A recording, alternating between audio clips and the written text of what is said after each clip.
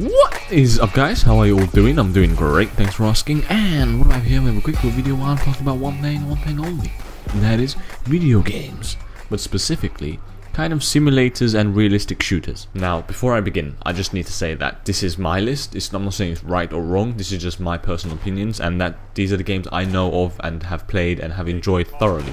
So your list may be different, so make sure to leave that in the comment section below. However, this is just my personal experiences and my thoughts on the current realistic shooters or simulators that are out now and that have been released before, that people may or may not know about, or may have played or may not have played, that need to get more recognition because they certainly deserve it. Starting off the list, and this is in no particular order, it's not for like top 5 or 5 down to 1, it's just in random order. The first game would be Arma, obviously very popular among the simulation kind of gurus out there, or the simulation gamers, and it is really up there in terms of FPS as well, in my opinion, because it has such great action sequences and kind of scenarios where you really feel as though you're there in the midst of battle. And whilst achieving all those things, it keeps it very realistic and very true to the actual reality, or as close as you can get to it while sitting at home on your desk in front of the computer, which is actually a very hard thing to do, and they pretty much nailed it, so congrats to them. And everyone who knows of DayZ knows that it is an Arma spin-off, that's where the mod came in through Arma,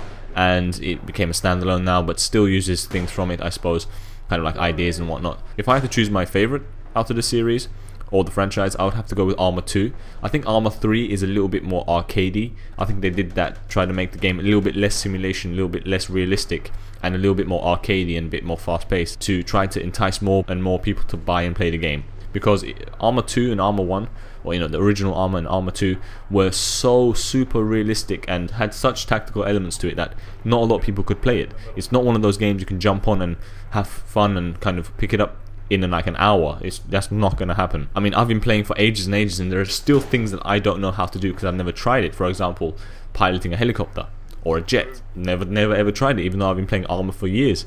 It's never something I've tried. So it's like so realistic that people attain skills in certain areas, and which makes them become a specialist in that area. So it's not just about learning the simulation and the simulator or whatever and kind of picking it up and jumping in. It is acquiring a certain set of skills, and that's why I think it was very off-putting for some people, because they picked up Arma or Arma 2 and they're like, damn, I just can't get my head around it. These controls are a little bit clunky, because they are a little bit clunky, as the nature of it is, because you try to make it as realistic as possible, so you try to put as many animation, as many things in there as possible, and it's quite difficult to map that out on a keyboard where you only have a limited number of keys. So I guess they try to address that issue with Arma 3. However, I think they moved away from the core Arma feeling from Arma 1 and 2. So I don't really play Arma 3 that much, but Arma 2 is brilliant. Absolutely amazing game. I would highly recommend it, that you get it if you haven't done so already. That's one of the games that I think definitely deserves recognition.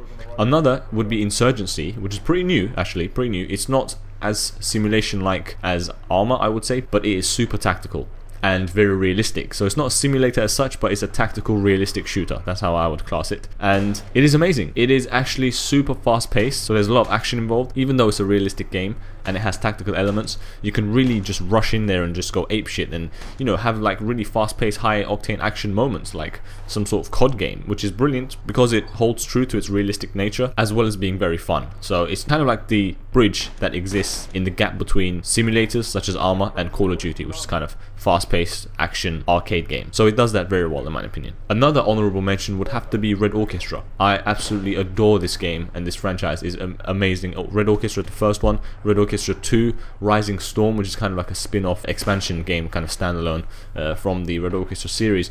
It's absolutely amazing, super realistic, extremely realistic. Not only is it that, it's actually beautiful. It's one of the greatest looking games I've ever played, so if you haven't checked that out already, make sure to do so. It's actually in the background right now. If the gameplay you're seeing is from Red Orchestra, so definitely check that game out. It is amazing. I mean, the gameplay in the background right now is from Rising Storm, and it is amazing, so definitely play it, because you have all different types of classes and weapons, and they all take time to learn, to acquire the skills to use it. So you can't just go about rushing and running and gunning.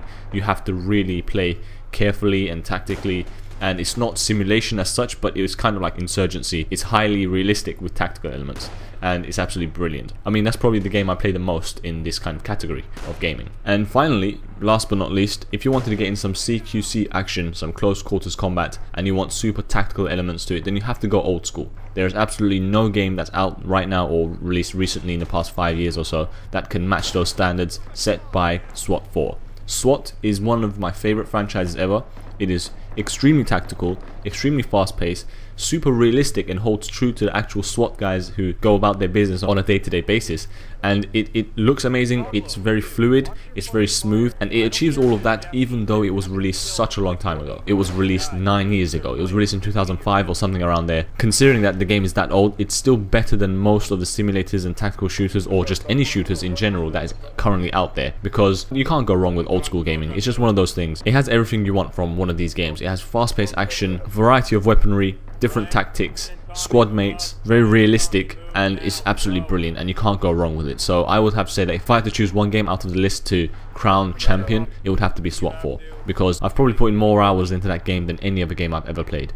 So it is definitely one of the best, or if not the best. Yeah, so definitely check it out if you haven't done so already. Let me know if you have any other games that I may have missed or I haven't played that you like that would go into this category of simulator or realistic shooter or tactical shooter. Put that in the comment section below and let me know, and tell me if you like the games that I've mentioned and if you played those and if they're your favorites or whatnot. And you can agree with my list, you can disagree, that's fine. You can leave the video a like or a dislike, again, that's totally fine. And yeah, that's pretty much it. Thank you all for tuning in. This is Snipe474 and I'm out. I'll see you on the back.